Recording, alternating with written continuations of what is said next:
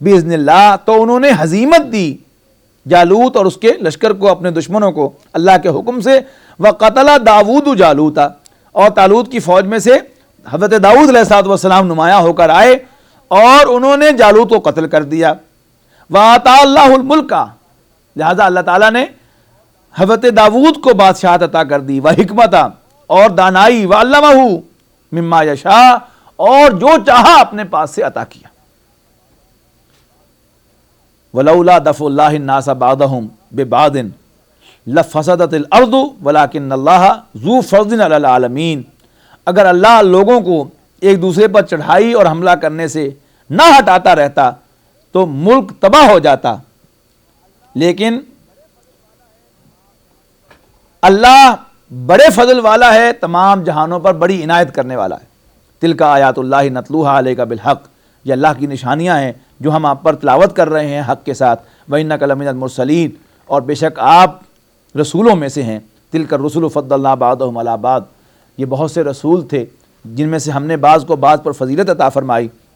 مِنْهُمْ مَنْ كَلَّمَ اللَّهُ، ان میں سے وہ بھی ہے جن سے اللہ نے کلام کیا، یعنی حضرت موسیٰ. وَرَفَعَ بَعْضَهُمْ دَرَجَاتٍ، اور ہم نے ان میں سے بعض کو درجات میں بلند کیا. وَآتَيْنَا عِیسیٰ ابْنَ مَرْیَمَ الْبَیِّنَاتِ، اور ہم نے عیسیٰ ابن مریم کو واضح نشانیاں عطا کیں. وَأَیَّدْنَاهُ بِرُوحِ الْقُدُسِ، اور ہم نے ان کی تائید فرمائی جبرائیل کے ذریعے سے، روح القدس کے ذریعے سے. وَلَوْ شَاءَ اللَّهُ مَا اقْتَتَلَ الَّذِينَ مِن بَعْدِهِمْ، اور اگر اللہ چاہتا تو ان سے پچھلے لوگ، وَلَوْ شَاءَ اللَّهُ مَا اقْتَتَلَ الَّذِينَ مِن بَعْدِهِمْ مِن بَعْدِ مَا جَاءَتْهُمُ الْبَيِّنَاتُ وَلَٰكِنِ اخْتَلَفُوا فَمِنْهُمْ مَنْ آمَنَ وَمِنْهُمْ مَنْ كَفَرَ. اور اگر اللہ چاہتا تو ان سے پچھلے لوگ اپنے پاس کھلی نشانیاں آنے کے بعد آپس میں نہ لڑتے، لیکن انہوں نے اختلاف کیا، بس ان میں سے وہ بھی ہے جنہوں نے مان لیا اور وہ بھی ہیں جنہوں نے کفر کیا. وَلَوْ شَاءَ اللَّهُ مَا اقْتَتَلُوا، اور اگر اللہ چاہتا تو وہ آپس میں نہ لڑتے.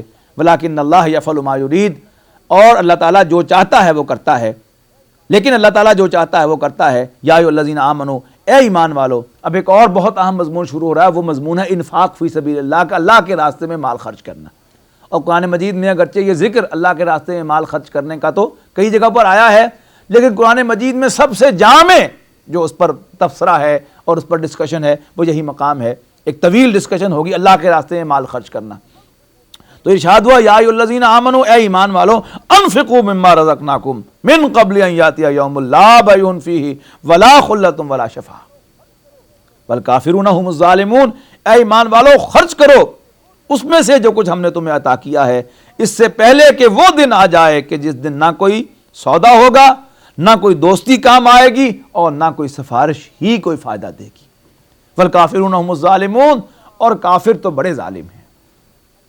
اللہ لا الہ الا ہو، اللہ ہی وہ ہستی ہے کہ جس کے سوا کوئی الہ نہیں. اب قرآن مجید کی آیات کی سردار حضور صلی اللہ علیہ وسلم کے فرمان کے مطابق آ رہی ہے کہ اللہ ہی وہ ہستی ہے کہ جس کے سوا کوئی الہ نہیں ہے. الحی القیوم، وہ از خود زندہ ہے اور باقی ہر چیز کو قائم رکھے ہوئے ہے. یعنی اسی کے لیے قرآن مجید کے بے شمار اسلوب ہیں. یعنی قرآن مجید نے الصمد کہا ہے نا سورہ اخلاص کے اندر، اللہ الصمد، اللہ بے نیاز ہے. بے نیاز کے معنی کیا ہے؟ اس کو کسی کی پرواہ نہیں ہے، وہ کسی پر ڈیپینڈنٹ نہیں ہے. پرواہ کس کی ہوتی ہے؟ جس پر انسان ڈیپینڈنٹ ہوتا ہے. اور جب کہتا ہے مجھے تمہاری کوئی پرواہ نہیں، مطلب ہے میں تمہاری نہیں کھاتا، تبھی جملہ بولا جاتا ہے نا، میں تمہیں کوئی پرواہ نہیں تمہاری. لیکن جہاں سے انسان کھاتا ہے، جس کے ساتھ انسان کی کوئی ضرورت وابستہ ہوتی ہے، اس سے انسان یہ نہیں کہتا.